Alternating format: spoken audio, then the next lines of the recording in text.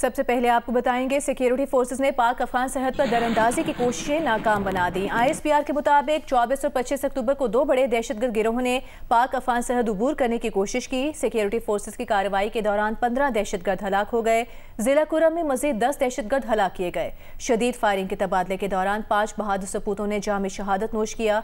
ISPR ने मजीद बताया, जिला कुरम और स्पिनवाम शिमाली वजीरिस्तान में खवारिज के 2 गिरोहों की मशकूक हरकत नोट की गई।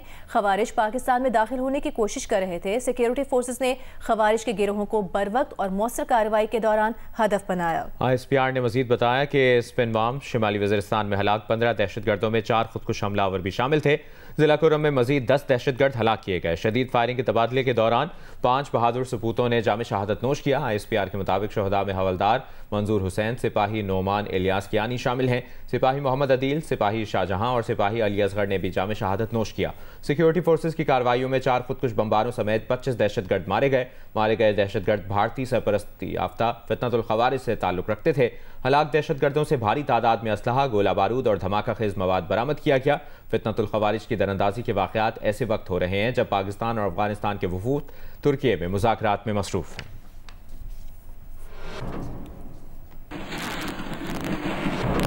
वज़ीर-ए-आज़म शहबाज शरीफ ने शिमाली वज़ीरिस्तान और कुरम में कामयाब कार्रवाइयों पर सिक्योरिटी फोर्सेस को खिराज तहसीन पेश किया। वज़ीर-ए-आज़म ने ऑपरेशंस में फितनतुल खवारिज के 25 दहशतगर्द हलाक करने पर सिक्योरिटी फोर्सेस की पजीराई की और ऑपरेशंस के दौरान शहीद 5 जवानों को खिराज अकीदत पेश किया। वज़ीर-ए-आज़म ने शहदा की बुलंदी दर्जात की दुआ और अहले खाना से इज़हार ताज़ियत का इज़हार करते हुए कहा कि पूरी कौम सिक्योरिटी फोर्सेस को सलाम पेश करती है। मुल्क से हर किस्म की दहशतगर्दी के मुकम्मल खात्मे के लिए पुरअज़्म है। पाकिस्तान और अफगानिस्तान के वफूद की इस्तांबुल में आज दोबारा मुलाकात हो रही है। ज़राए का कहना है कि मुज़ाकरात की मेज़बानी तुर्क इंटेलिजेंस चीफ इब्राहिम कालिन कर रहे हैं। गुज़िश्ता रोज़ पाकिस्तान ने दहशतगर्दी की रोकथाम के लिए जामे प्लान दिया। पाकिस्तानी वफ़द की जानिब से जमा कराई गई तजावीज़ पर अफगान तालिबान हुकूमत के वफ़द ने आज सुबह जवाब दिया, जिस पर पाकिस्तानी वफ़द ने जवाबी मौक़िफ़ दिया।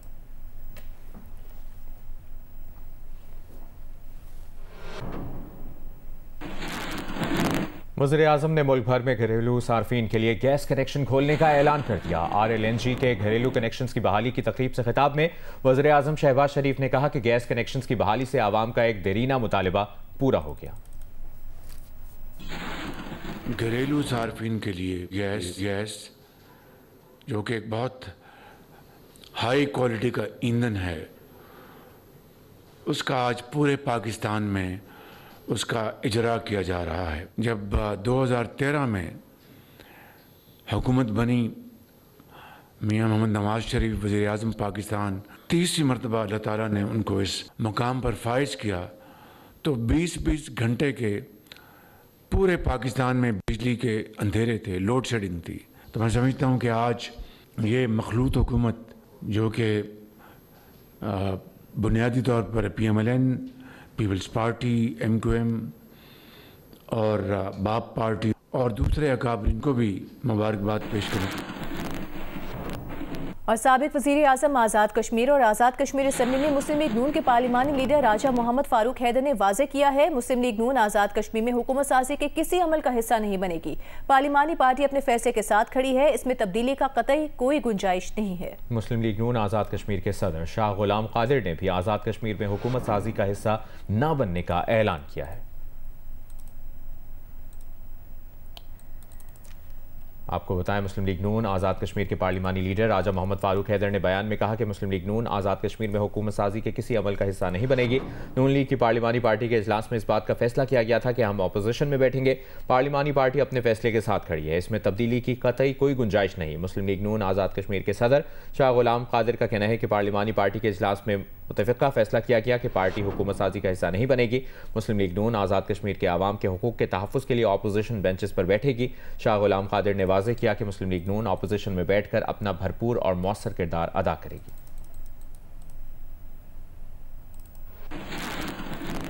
वज़ीर दाखिला सिंध ज़ियाउल हसन लंजार का कहना है कि कराची में SIU के ज़ेर हिरासत मुबैना तशद्दुद से नौजवान इरफान के कत्ल के मामले की जुडिशल इंक्वायरी के लिए सेक्रेटरी दाखिला सिंध को अहकामात दे दिए हैं। वाक़े की मुकम्मल फॉरेंसिक और तफ्तीश की जाएगी और मुलविस अफराद के खिलाफ कार्रवाई की जाए। वज़ीर दाखिला सिंध का कहना था कि केस को तफ्तीश के जदीद तरीकों के जरिए मंतकी अंजाम तक पहुँचाया जाएगा। बात करेंगे इस बारे में नुमाइंदा जियो न्यूज़ राहिल सलमान से। राहिल, बताएगा किस तरह से इस तफ्तीश और तहकीकात को आगे बढ़ाया जाएगा?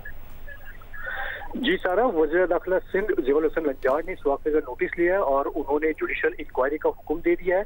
बुध को ये वाक़या पेश आया था और जुमेरात को जो न्यूज़ ने जब इस खबर को ब्रेक किया तो उसके बुरसा का ये कहना था इरफान के उन्होंने ये दावा किया था कि इरफान और उसके साथ उसके दीगर साथियों को आयशा मंजिल के इलाके से SIU पुलिस ने हिरासत में लिया था, जिसके बाद जुमेरात को ही इरफान मुबैना तशद्दुद से SIU में दम तोड़ गया था। जिसके बाद फिर उसका पोस्टमार्टम के लिए पुलिस एहलकारों ने कोशिश भी की और जुमेरात की शाम 7 बजे वो जिला अस्पताल में लाश लेकर पहुंचे थे और उसके बाद फिर जब वहाँ पे पोस्टमार्टम नहीं हुआ तो अगले दिन उन्होंने एक दफा फिर अटेम्प्ट किया, लेकिन जुम्मे को मेडिकल बोर्ड की तश्कील के बाद उसका पोस्टमार्टम हुआ और जो हमारी पुलिस जराये में बात हुई थी उसके मुताबिक उस पर तशद्दुद के 7 बड़े निशानात भी पाए गए थे। इस वाक़े के खिलाफ बुरसा ने न सिर्फ SIU सेंटर के बाहर बल्कि सोराब कोर्ट में भी ED सेंटर के सामने सटखाने के सामने उन्होंने मुजाहरे किए थे और उनका ये कहना था कि वाकई मुलव्विस एहलकारों को गिरफ्तार किया जाए। इससे कबल उन एहलकारों को सिर्फ और सिर्फ सस्पेंड किया गया था, लेकिन कल इस केस में एक और पेशरफ्त हुई थी कि जो 2 पुलिस एहलकार थे उनको न सिर्फ गिरफ्तार किया गया बल्कि एक FIR भी दर्ज की गई जिसमें कत्ले खता यानी 319 की सेक्शन लगाई गई है और दोनों एहलकारों को गिरफ्तार किया जा चुका है। आज वज़ीर दाखिला सिंध ने इस वाक़े का नोटिस लेते हुए जुडिशल इंक्वायरी का भी हुक्म दिया है और इसके साथ साथ उन्होंने इस वाक़े पर अफसोस का भी इजहार किया है कि पुलिस कस्टडी में एक नौजवान की हलाकत हो गई है। बहुत शुक्रिया आपका राहील इस तफसील के लिए। रहीम यार खान में मुबैना ज़्यादती का शिकार लड़की के एहतजाज के बाद थाना C डिवीज़न में लड़की की मुद्दत में ज़ेर दिफा 292 376 के तहत मुकदमा दर्ज कर लिया गया है। मुकदमे के वतन में कहा गया है कि मुलजिम असलहे के जोर पर ज़बरदस्ती ज़्यादती का निशाना बनाता रहा। मुलजिम ने नाजेबा वीडियोज़ बनाई और वायरल करने की धमकियाँ देता रहा। मुतासरा लड़की के मुताबिक मार्च 2025 में उसकी शादी हुई जिसका मुलजिम को रंज था।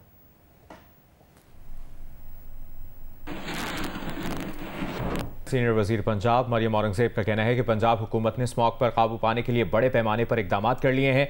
मसनूई बारिश की फिलहाल जरूरत नहीं, फसलों के जलाव और फैक्ट्रियों के धुएं पर मौसर कंट्रोल हासिल किया जा रहा है। मरियम औरंगजेब लाहौर में प्रेस कॉन्फ्रेंस कर रही थी। उनका कहना था कि पहले स्मॉग के दौरान लॉकडाउन लगाया जाता था, अब जदीद हिकमत अमली के तहत फजाई आलूदगी कम करने पर तवज्जो दी जा रही है। सूबे के तमाम भट्टे ज़िगज़ैग टेक्नोलॉजी पर मुंतकिल कर दिए गए हैं। 8000 इंडस्ट्रियल यूनिट्स में एनवायरमेंट कंट्रोल सिस्टम नस्ब किया जा चुका है। 50,000 सुपर सीडर किसानों को दिए गए जो 6 लाख एकड़ रकबे पर इस्तेमाल हो रहे हैं।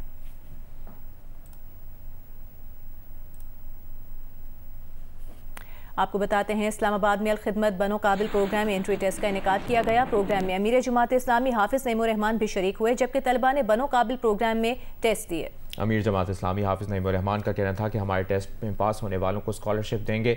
तलबा पाकिस्तान का मुस्तकबिल हैं जिन पर सरमाकारी होनी चाहिए। पाकिस्तान में नौजवानों में सलाहियत है और 80% आबाद नौजवान। अमीर जमात इस्लामी ने वाज़ेह किया कि जेन ज़ी एक इनकलाबी नस्ल है जो दुनिया में तब्दीलियाँ ला रही है। नौजवानों को मायूस किया जाता है कि उनके लिए कुछ नहीं है और दूर के ढोल सुहाने होते हैं। बाहर मुल्क में मुश्किल वक्त से ज़िंदगी बसर की जाती है। इस वक्त पाकिस्तान पर काबिज़ हुक्मरान नौजवान को तरक्की से रोक रहे हैं। हाफिज नईमुर रहमान का कहना था कि पाकिस्तान में इस वक्त सलाहियत हैं और नौजवानों को अपने रास्ते खुद तलाश करने होंगे। नौजवानों को अपनी आने वाली नस्लों के लिए लड़ना है। इस्लामाबाद जैसा शहर मौजूद है और 1 लाख बच्चे दारुल हुकूमत में स्कूल से बाहर हैं। हाफिज नईम ने कहा कि इस वक्त 3 करोड़ बच्चे स्कूलों से बाहर हैं। जालिमों ने पाकिस्तान को ऐसा बना दिया है कि 9 में से 8 बच्चे आला तालीम हासिल नहीं कर सकते।